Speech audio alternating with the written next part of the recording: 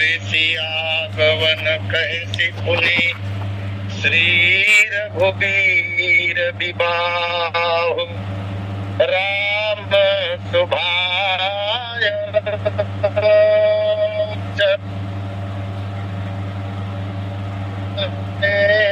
गुरु सिय स्नेह बरनत मन माही। प्रार्थना यही है राम आके और अंतर में मेरे हृदयासन में आसन जमाइए। बैठे छल कपट द्वेष दूषण पाखंड को दान कर सरासन प्रभु सबको भगाइए। श्रद्धा की धरती पर बोकर विश्वास बीज सेवा सलिल सो सींच सुमन खिलाइए। करत उत्पात मन मानत न नेक बात नाथ ताहि मारी प्रेम सिंधु में डुबाइए। बोलिए सियावर रामचंद्र की जय। परमाराध्य भगवान श्री सीतारामचंद्र जी महाराज श्री राम कथा के आद्य आचार्य भगवान भूत भावन शंकर जी श्री सीताराम जी के चरण कमलों में नित्य अनुराग रखने वाले अंजनी नंदन हनुमान जी महाराज कली पावन अवतार हर निष्पूज्य पाद गोस्वामी जी महाराज श्री राम कथा सत्संग पटल पर जुड़े हुए समस्त समादरणीय महानुभावों तथा देवियों, इस पावन कार्यक्रम के संयोजक एवं संचालक आदरणीय श्री पटेल जी, आज के द्वितीय लिंक के कथा व्यास पूज्य चरण पंडित मानस भूषण महाराज जी एवं तृतीय लिंक के कथा व्यास पूज्य चरण दीवान जी महाराज। आइए श्री रघुवीर विवाह का प्रसंग विगत 183 दिनों से गतिमान है। रघुवीर विवाह का आज आप 184वां भाग सुन पा रहे हैं।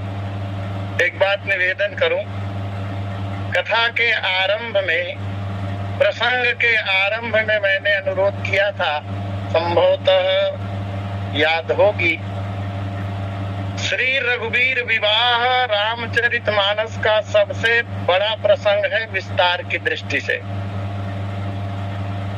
पूरे 150 दोहों में भगवान श्री रामचंद्र जी महाराज का विवाह प्रसंग वर्णित है। आज आप सुन रहे हैं 55वां दोहा रघुवीर विवाह का। आज की कथा के बाद भी 95 दोहों पर चर्चा चलेगी। कल आदरणीय पटेल जी इस संबंध में कुछ कह रहे थे, बड़ा अच्छा लग रहा था। तो आइए, यह कथा प्रसंग रघुवीर विवाह कथा प्रसंग जो है वह भी 4-5 भागों में विभक्त है। जैसा कि नगर दर्शन रघुवीर विवाह का ही एक भाग है।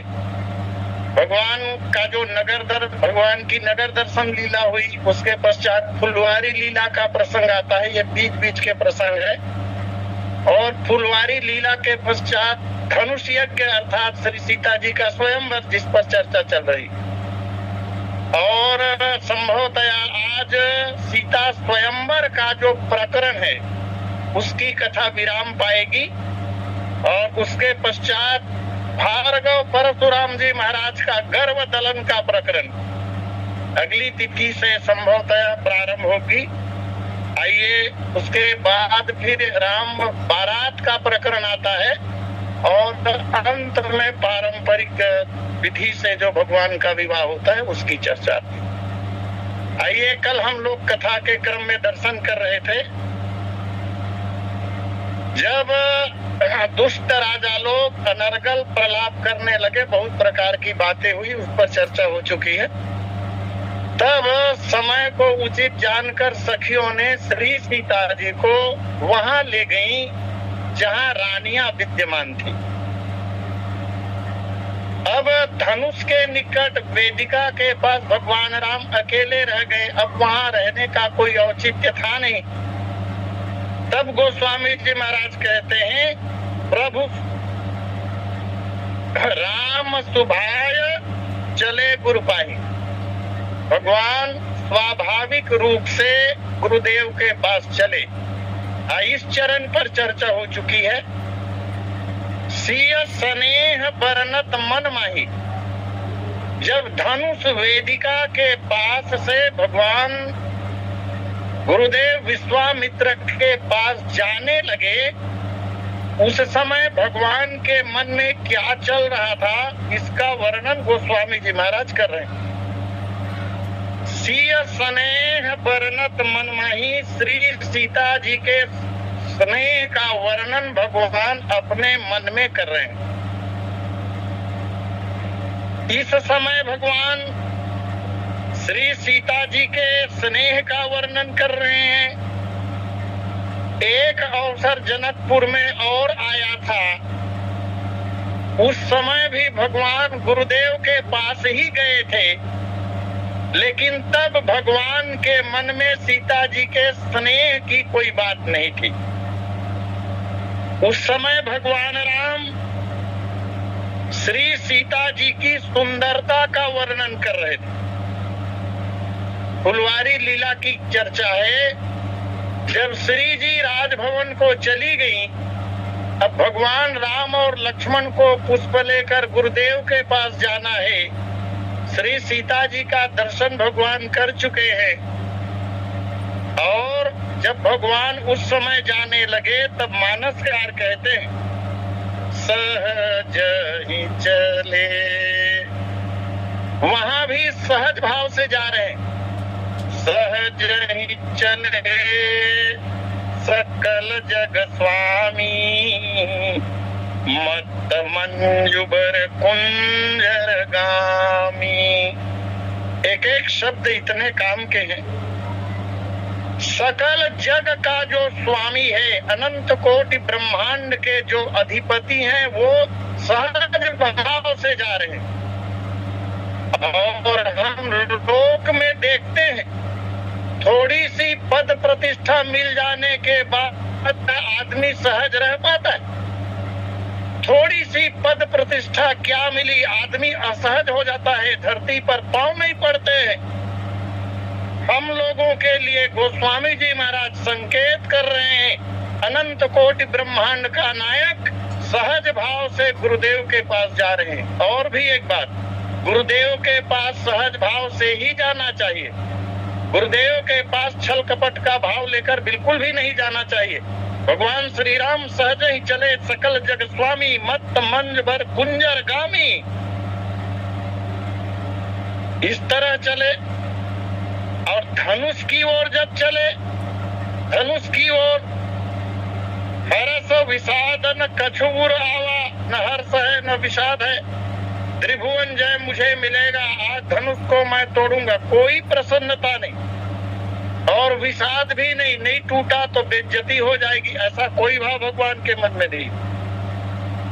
ऐसे ही इस समय भी दुष्ट राजाओं ने कितना हल्ला मचाया, शोरगुल हुआ, तरह तरह की बातें कर रहे थे। धरी बांधो दीप बालक दो, भगवान सुन रहे हैं। लेकिन इतना सब हो जाने के बाद भी भगवान ने एक शब्द नहीं कहा। एक रस में सदा रहने वाले परमात्मा, धनुष को तोड़ दिया भगवान ने, कोई हर्ष नहीं है। विश्व विजय जानकी पाई, इसका भी कोई भगवान के मन में प्रसन्नता का भाव नहीं दिख रहा है, रंच मात्र भी अभिमान नहीं है। और फिर जिसके मन में रंच मात्रा का अभिमान नहीं होगा, वह सहज भाव से ही तो चलेगा। सिय स्नेह बरनत मन माही, श्री सीता जी के स्नेह का वर्णन करते हुए चले। हृदय सराहत सिय लोनाई, गुरु समीप गवने दो भाई। ये घटना उस समय की। पुष्प वाटिका से फूल लेकर भगवान जब गुरु के पास चले, उस समय श्री सीता जी की सुंदरता का वर्णन कर रहे हैं, प्रेम का नहीं। इसके पीछे भी बड़ी मर्यादा है जो भगवान हमें सिखाना चाहते हैं, बताना चाहते हैं। जब पुष्प वाटिका से भगवान चले तब सीता जी की सुंदरता का वर्णन करते हुए चल जा रहे हैं, इसलिए क्योंकि वहां पर सुंदरता प्रधान है। और इस समय जब भगवान गुरु के पास जा रहे हैं तब स्नेह का स्मरण करते हुए जा रहे हैं। इस समय स्नेह की प्रधानता है। वैसे श्री सीता जी स्नेह की खान है, स्नेह की खदान है। इस बात को भगवान लीला की दृष्टि से फुलवारी में ही जान गए थे, लेकिन जानने के बाद भी अभी तक श्री सीता जी के स्नेह का स्मरण भगवान ने नहीं किया। ये महत्वपूर्ण बात है। क्यों नहीं किया?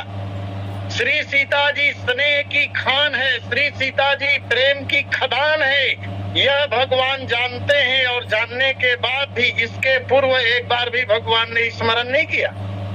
आखिर क्यों नहीं किया होगा? भगवान ने स्मरण कर लेना था, लेकिन नहीं। अगर श्री सीता जी के स्नेह की, श्री सीता जी के प्रेम का स्मरण भगवान कर लेते तो मर्यादा भंग हो जाती, क्योंकि तब धनुष टूटा नहीं था। और धनुष टूटने के पहले श्री सीता जी के प्रति प्रेम का भाव रखना भी अमर्यादित हो जाता, क्योंकि भगवान मर्यादा पुरुषोत्तम है। इसलिए केवल सुंदरता की चर्चा की, स्नेह की चर्चा नहीं की। एक भाव और विद्वान लोग देते हैं, अभी प्रेम की, स्नेह की चर्चा भगवान क्यों कर रहे हैं? अपने मन में ही क्यों सोच रहे हैं? इसलिए सोच रहे हैं क्योंकि सीता जी स्नेह की खान ही है, और खान में, खदान में स्नेह अभी तक भरा हुआ था, खदान से प्रेम बाहर आया नहीं था, तो स्मरण कैसे करते? अभी खदान में भरा हुआ प्रेम बाहर निकल रहा है। किस रूप में? जयमाल के रूप में। जब श्री जी ने भगवान के गले में वो माला डाल दी, तब मानो प्रेम ही प्रकट हो गया। इसलिए भगवान अब सिय स्नेह बरनत मन माही, इसलिए स्मरण कर रहे हैं भगवान। पहले प्रेम को केवल जाना था, प्रेम प्रकट हो नहीं पाया था, वह अब प्रकट हुआ, इसलिए प्रशंसा की है। और मानस जी में पंक्ति आती है, जाने बिनु न होई प्रतीति, बिनु प्रतीति होई नहीं प्रीति, और प्रीति बिना नहीं भगति दृढ़ाई, सुनु खगेश जल के चिकनाई। तो यहाँ ऐसा लगता है कि अब तो भगवान श्री सीता जी के ही भक्त बन गए। इस प्रकार भगवान गुरु के पास पहुंच रहे हैं। उधर श्री सीता जी रानियों के पास पहुंच गई हैं। एक निवेदन और करूं, इस समय श्री सीता जी के स्नेह का स्मरण करने में ये धर्म के प्रतिकूल कोई आचरण दिखाई नहीं देता, क्योंकि अब श्री सिया जी भगवान राम की हो चुकी हैं जयमाला समर्पण के पश्चात। चलते हैं, श्री सीता जी माताओं के पास पहुंची। रानी न सहित सोच बस सिया, अबधों विधि का करनिया। श्री सीता जी डरी सहमी हुई हैं, सखियां भी डरी हुई हैं, और डरी हुई अवस्था में कारण क्या?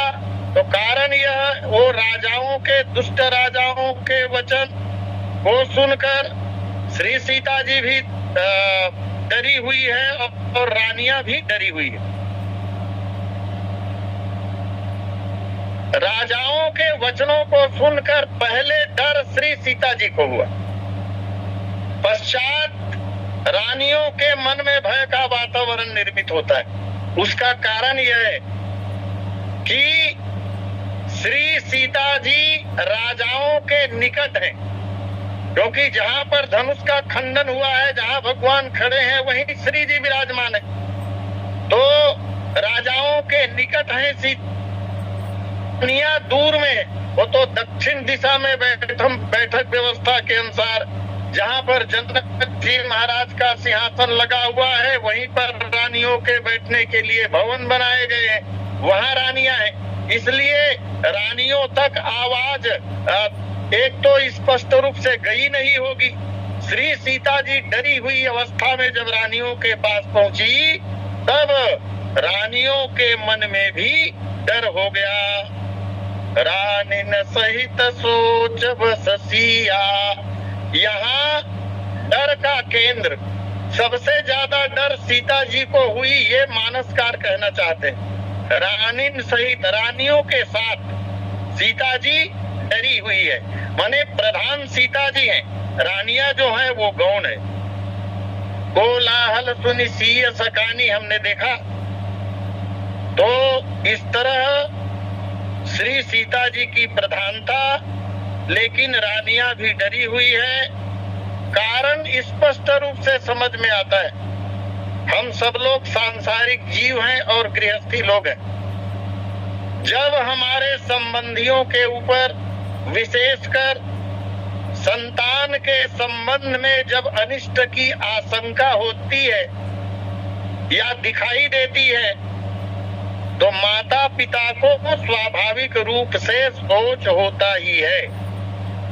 इसलिए भी फिर दूसरा कारण, परम मंगल के अवसर पर अमंगल सूचक शब्द कैसे निकल रहे हैं, इसलिए भी रानियों को चिंता हुई सीता जी के साथ। और व्यक्ति के जीवन में जब दुख आता है, किसी तरह की कोई समस्या जब आती है, तो ध्यान सीधा देवताओं की ओर, अपने इष्ट की ओर, भगवान की ओर सहज ही चला जाता है।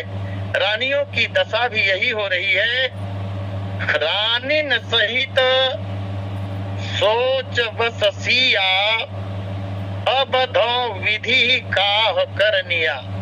भगवान ब्रह्मा का स्मरण करने लगे कि हे भगवान, अब क्या होगा। धौ शब्द यहाँ पर दिया हुआ है, अब धौ विधि काह करनिया। धौ का भाव यह है कि विधि की गति जानी नहीं जा सकती। भगवान किसके साथ, कब, कहाँ और क्या करेंगे, इसे सामान्य तौर पर हम और आप नहीं जान सकते। यह बात सखी ने भी पहले ही कहा है।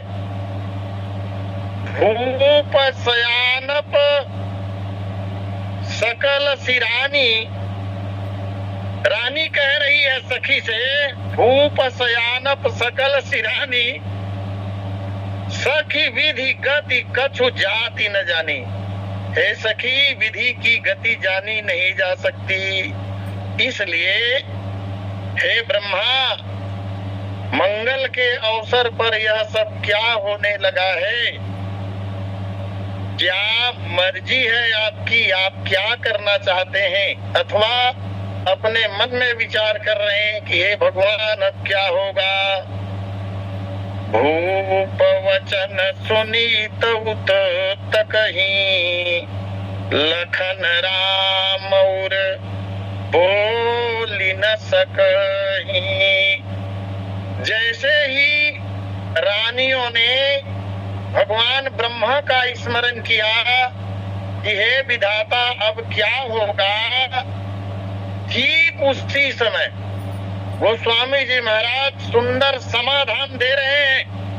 भूप वचन सुनीत उत तकहीं, और लखन राम डर बोल न सकहीं। राजाओं के वचन को सुनकर, माने दुष्ट राजाओं के दुष्टता पूर्ण वचन को सुनकर लखन लाल जी महाराज इधर उधर देख रहे हैं। देखिए, व्यक्ति के जीवन में जब कोई समस्या आती है और समस्याग्रस्त व्यक्ति जब भगवान का आश्रय लेता है, ये कथा यही संकेत कर रही, तो समाधान कोई ना कोई अवश्य मिल ही जाता है। अभी तक राजागण अनर्गल प्रलाप कर रहे थे।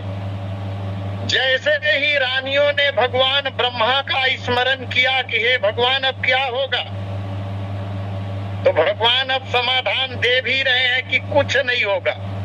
जैसा तुम अनिष्ट की आशंका कर रही हो ऐसा कुछ नहीं होगा, सब सुखद होगा, सब मंगल ही होगा। राजाओं के वचनों को सुनकर लखनलाल जी महाराज इत ऊत तक कहीं इधर उधर देखते हैं। इधर उधर का बड़ा सुंदर भाव। एक राजा ने कहा, लेहु छड़ाई सिय कह को। और ये आवाज लखनलाल जी महाराज के कानों में पड़ी। लखनलाल जी महाराज ने उधर देखा कि ऐसा कहने वाला कौन है, और जैसे ही लखनलाल जी महाराज की दृष्टि उधर गई उसका बोलना बंद हो गया, वह नहीं बोल पाया। और जब वह नहीं बोल पाया तो दूसरे तरफ से एक दूसरा राजा बोलने लगा, धरी बांधो नृप बालक दो। अरे इन दोनों राजकुमारों को पकड़ लो, बांध लो। अब लखनलाल जी महाराज पहले जिधर देख रहे थे उधर से दृष्टि हटाकर जिधर से ये दूसरी आवाज आई उधर देखने लगे, तो उसकी सिट्टी पिट्टी गुम हो गई। समाधान ही तो हुआ ना। जो भय मन में व्याप्त हो चुका था, उस भय का निवारण करने के लिए ही मानो भगवान की प्रेरणा से लखनलाल जी महाराज भूप बचन सुनीत भूत तक ही। उधर जब देखने लगे, मुझे एक बात स्मरण आ रहा है, सच्ची घटना है। उन दिनों में हम बीए स्टैंडर्ड में पढ़ा करते थे, इसी से संबंधित बिल्कुल बात, व्यवहारिक जो देखा हुआ। तो कॉलेज में जब पढ़ते थे तो हर महीने फीस पटाना पड़ता था।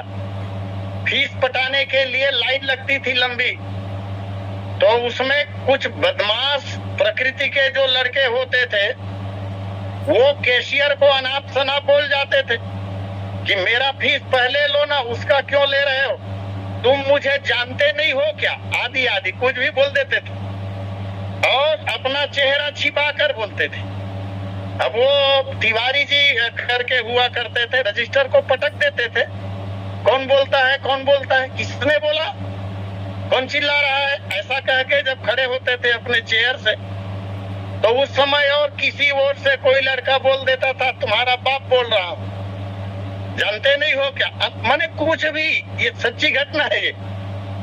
और तब वो चले जाते थे प्रिंसिपल साहब के पास शिकायत करने के लिए, और जब प्रिंसिपल साहब आते थे तो एकदम शांत लाइन लंबी लगी होती थी। इस तरह यही वातावरण यहाँ भी है। एक राजा ने कहा, ले छाय कह को।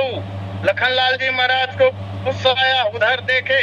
लखनलाल जी महाराज माने काल शेष के अवतार हैं, और इनके तो बोलने से क्या दशा होती है पूरी दुनिया जानती है।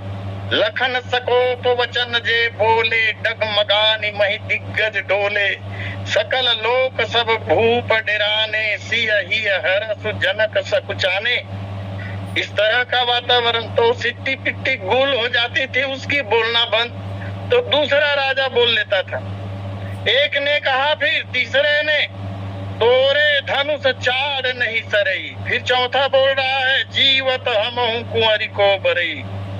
फिर एक बोल रहा है, जो विदेह कछु करे सहाई, और जीतहु समर सहित दो भाई। तो इत उत का तात्पर्य ये, एक राजा एक ही बात बोल पा रहा है। लखनलाल जी जैसे ही देखते हैं तो वो सिर नीचा करके पहचान न पाए, नहीं तो गड़बड़ हो जाएगा सब।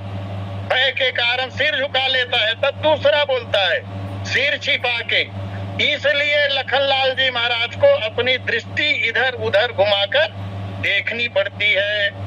भूप वचन सुनी तउत कहीं, लखन राम डर बोल न सकहीं।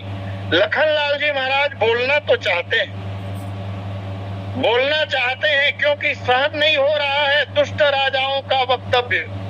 और लखनलाल जी महाराज जैसा भक्त, रघुपति कीरत विमल पताका, दंड समान भजऊ जस जाका, ऐसा महापुरुष अपने इष्ट देव के अपमान को आद्या शक्ति भगवती जो आराध्या है लखनलाल जी महाराज के, उनके प्रति बोले गए ऐसे वचनों को भला कैसे सह सकते हैं। इसलिए इधर उधर देख रहे हैं जरूर, बोलना चाहते हैं जरूर, लेकिन लखन राम डर बोल न सकहीं, राम जी के डर के कारण लखनलाल जी महाराज नहीं बोल रहे। किसी ने पूछा इतना डर है या पहले भी तो यह बात हो चुकी है, उस समय लखनलाल जी महाराज क्यों बोले?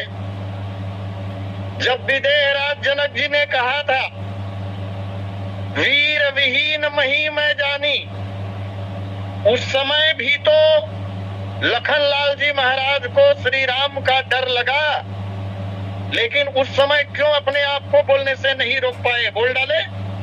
और अभी डर के कारण बोल नहीं पा रहे हैं, इसका कारण क्या है? उस समय भी कहा गया ना, कहीं न सकत रघुबीर डर लगे बचन जनुबान। यह बाद की बात है। लखनलाल जी महाराज उस समय बोल रहे हैं,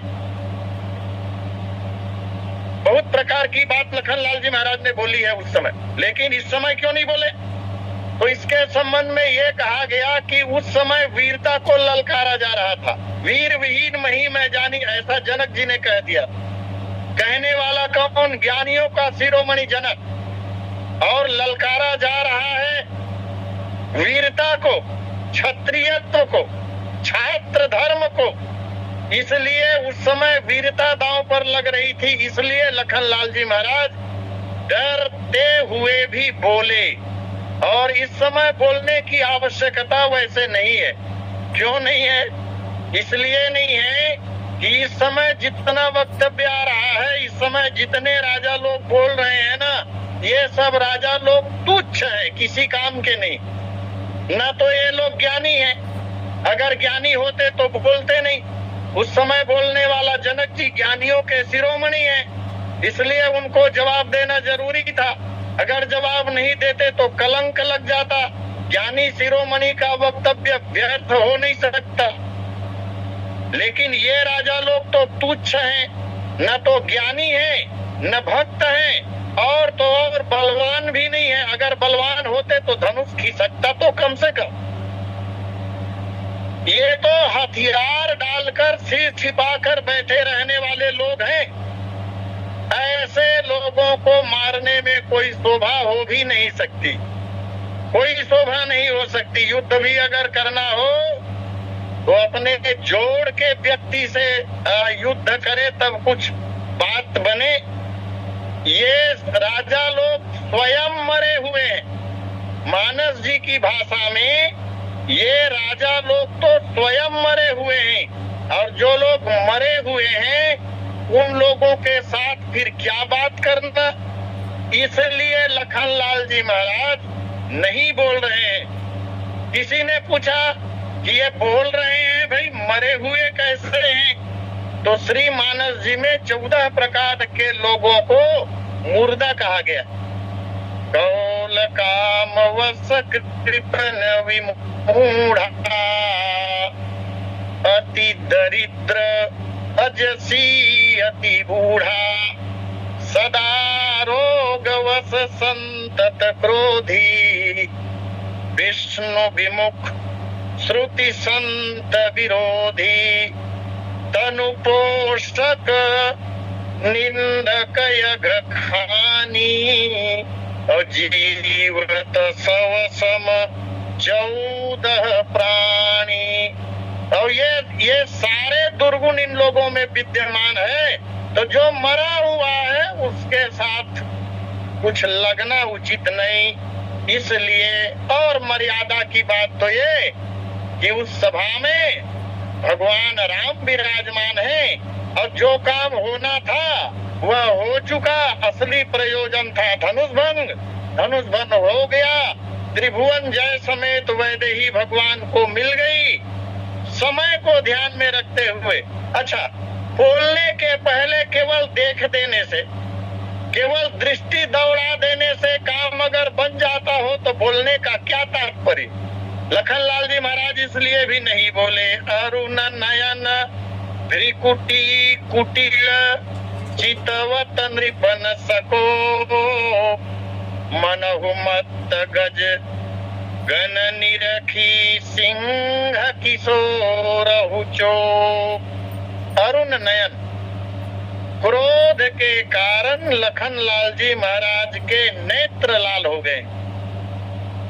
ये क्रोध का सूचक है। अरुण नयन भ्रिकुटी कुटिल, भौहें टेढ़ी हो गई हैं। और चितवत नृपन सको,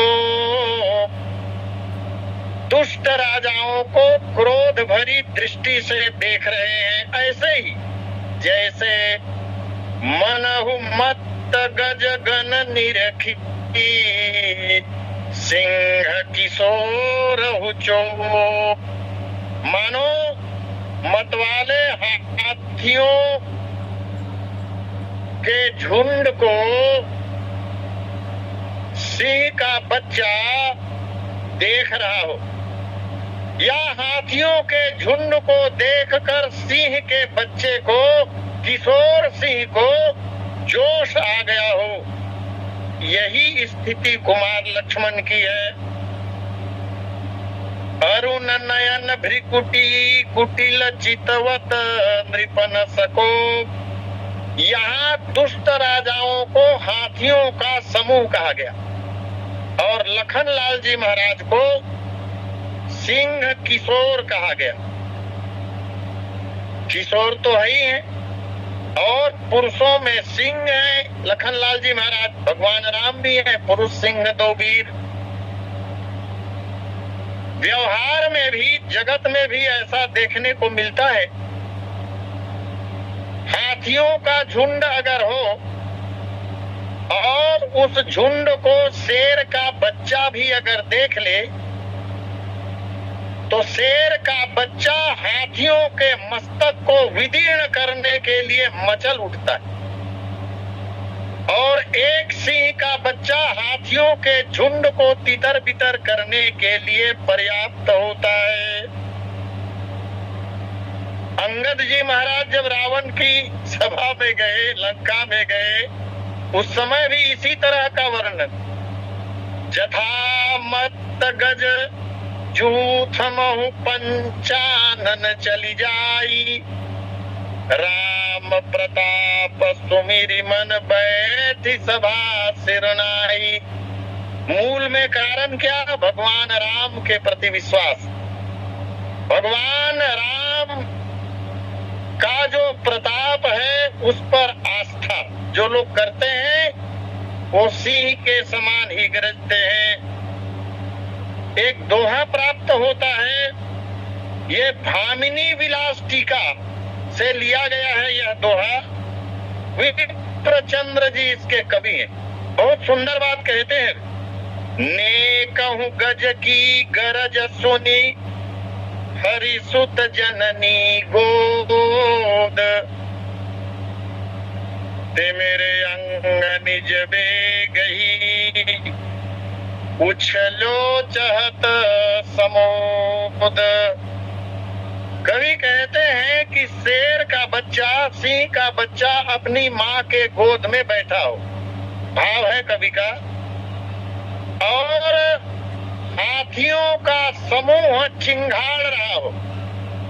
चिंघाड़ते हुए हाथियों के समूह को माँ की गोद में बैठा हुआ सिंह सावक जब देखता है तो वह मोद में भर जाता है, और मोद में भरकर अपने शरीर को थोड़ा सिकोड़ कर और फिर उछलता है, और उछलकर सीधे हाथी के मस्तक के ऊपर जाकर बैठ जाता है और विदीर्ण कर देता है। एक हाथी के मस्तक पर जैसे ही जाकर मस्तक फाड़ने लगा तो तमाम हाथी जो है वो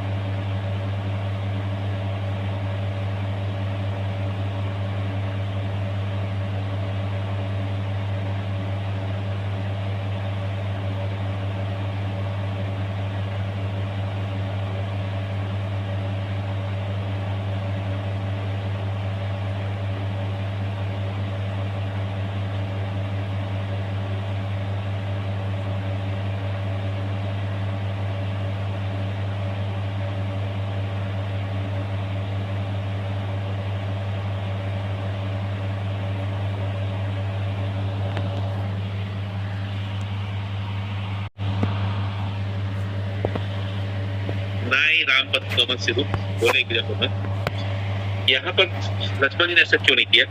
क्योंकि ये सब राजा तो कौवे खरगोश के समान है, उन्हें भगा देने के लिए क्या कभी सिंह का बच्चा दौड़ता है? क्योंकि यहाँ पर सिंह की रोल लिखा है श्री लक्ष्मण जी के लिए, और यदि सिंह का बच्चा ऐसा करे तो सिंह जाति का अपमान ही होगा।